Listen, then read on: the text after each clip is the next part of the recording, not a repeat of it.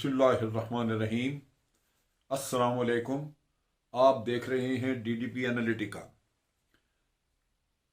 पिछले 2 दिन में जो डेवलपमेंट्स हुई हैं उनसे जो पिक्चर डेवलप होती नज़र आ रही है वो हम उस पर बात करेंगे।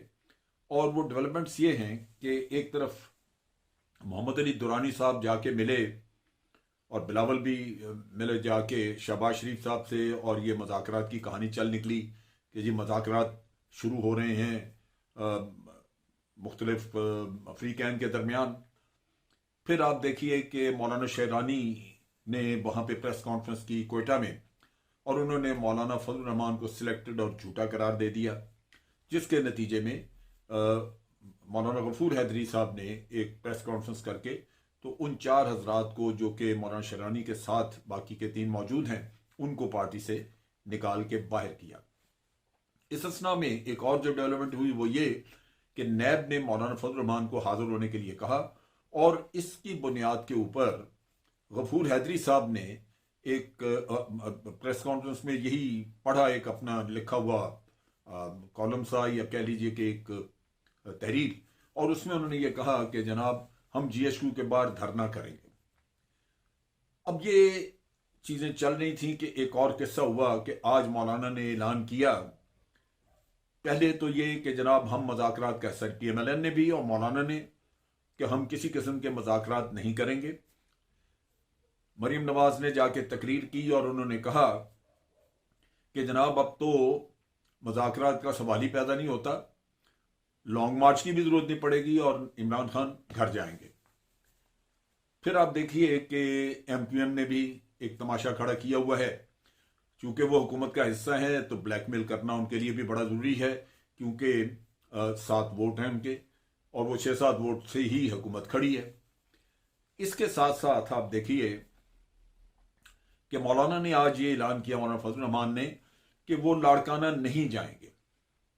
अब ये सारी तस्वीर है 2 दिन 3 दिन की, ये जो डेवलपमेंट्स हुई, अगर आप इनको सामने रखें तो एक अजीब खिचड़ी सी नजर आती है।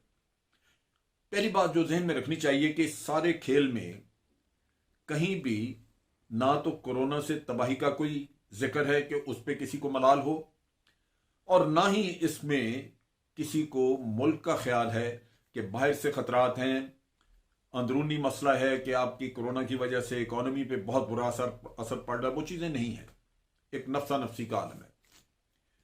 लेकिन इस सारे खेल में जो चीज मुझे नजर आती है उभरती हुई वो ये है कि ये जो पीडीएम है, ये बावजूद इसके कि नाराबाजी तो है और हम इकट्ठे हैं, ये है वो है, लेकिन इसमें कुछ दरारें उभरती हुई नजर आ रही हैं।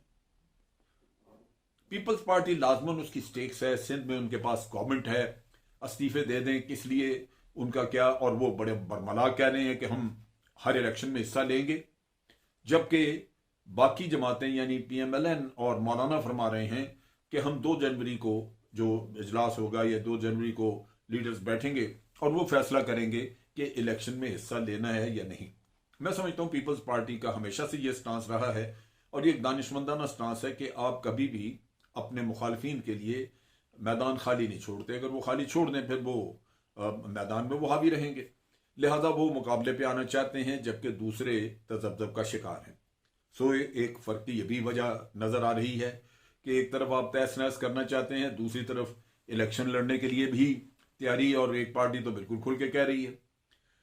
फिर ये है कि मौलाना शहरानी वगैरह का जो टोला जो वहाँ पे इनकी मजबूत था, गढ़ था वहाँ पे बलूचिस्तान में, जहाँ JUI की मायत में हमेशा उनके तावन से ही हुकूमतें बनती रहीं, वो भी मसला बन गया, क्योंकि वहाँ पे तो वो फैक्शन बिल्कुल अलग हो गया।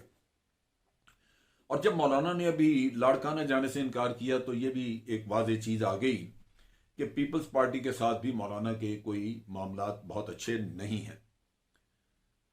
ये चीज़ें पहले से भी हम थोड़ी बहुत बात करते थे कि ये मसले इन हजरात को आ सकते हैं, लेकिन क्या यही सियासत है? क्या इंतशार ही इस मुल्क का मुकद्दर है?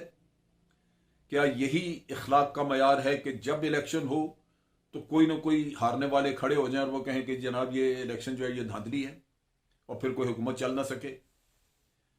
एक तरफ तो ये इशू है, दूसरी तरफ यह है कि अवाम के मसाइल हैं। हुकूमत को भी सोचना होगा कि उन्होंने अपनी परफॉर्मेंस कैसे बेहतर करनी है।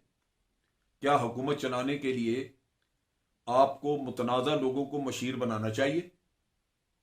क्या अवाम को डिलीवर करने के लिए आपको अवाम की मुश्किलात के बारे में सोचना नहीं चाहिए कि उनका हल निकाला जाए? अगर आप बसत रहें कि जो कुछ आप कर रहे हैं वही ठीक है और आप एक अपने एक खोल सा बना के उसके अंदर हुकूमत बैठ जाए, तो उसको तो कभी नहीं पता चलेगा कि बाहर तूफान क्या है। पहले ही हम सब जानते हैं कि मुख्तलिफ पार्टियों से लोग नाला हैं, क्योंकि पीपल्स पार्टी ने रोटी कपड़ा मकान के ऊपर इलेक्शन लड़े, कोई रोटी कपड़ा नहीं मिला किसी को, 3 इलेक्शन। और इसी तरह वो हमें जो एशियन टाइगर बनाने वाले थे उनके दौर में पिछली दफा वो शेर आटा खा गया के नारे लगते रहे, हम कोई ना टाइगर बने। और अब ये हजरात हैं जो कहते थे कि जनाब अगर हमें IMF में जाना पड़ा तो खुदकुशी कर लेंगे। भाई आप इतनी बड़ी बड़ी बातें करते क्यों हैं? तो इन हालात में ये एक बहुत बड़ा मसला है कि हुकूमत को भी अपने मामला सीधे करने होंगे। जहां तक मौलाना का ताल्लुक है, लगता यूं है कि मौलाना की बसात अब बड़ी हद तक लपेटी जा रही है। लेकिन इस सारी चीज में जिस चीज के ऊपर मैं नाला हूं या जिस पे मैं बात करना चाहता हूं वो है मौलाना की धमकियां। क्या मौलाना को ये धमकियां देनी चाहिए? क्या मौलाना को ये धमकियां देनी चाहिए GHQ को कि हम आपके बाहर धरना करेंगे? अगर अफवाज पाकिस्तान इन लोगों को अपने अवाम समझ के कि ये हमारे ही लोग हैं, इनको मोहब्बत से इनको प्यार से डील करना चाहिए, वो इनके खिलाफ कोई एक्शन ना करें, तो ये उसका नाजायज फायदा उठाएं। क्या मौलाना अपने आप को कानून से बालातर समझते हैं?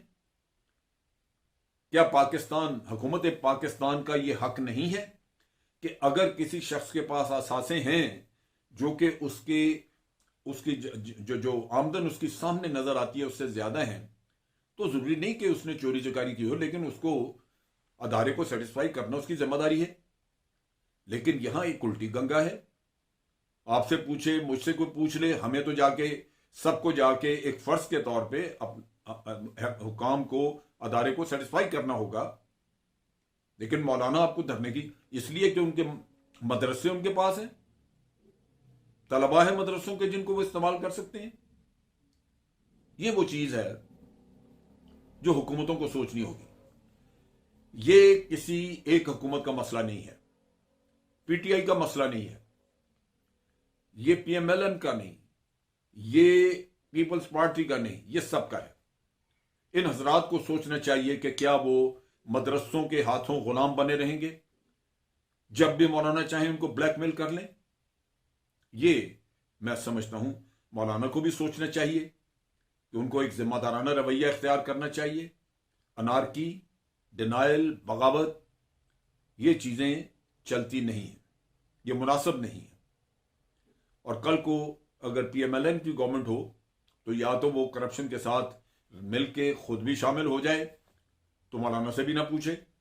लेकिन अगर किसी भी हुकूमत को यह ख्याल आया कि उसने इस मुल्क के माल लूटने का मामला जो है उसको कहीं रोकना है, तो फिर लोगों से पूछना पड़ेगा। और जिससे पूछना पड़ेगा वो अगर नाराज हो जाता है और वो ये आगे से आपको कहता है कि जनाब हम नहीं कुछ बताएंगे, हम धरना दे देंगे, तो फिर आपके लिए बड़ी मुश्किलात पैदा हो सकती हैं। मेरा ख्याल है कि इन सारे लोगों को सर जोड़ के सुनना चाहिए, सोचना चाहिए।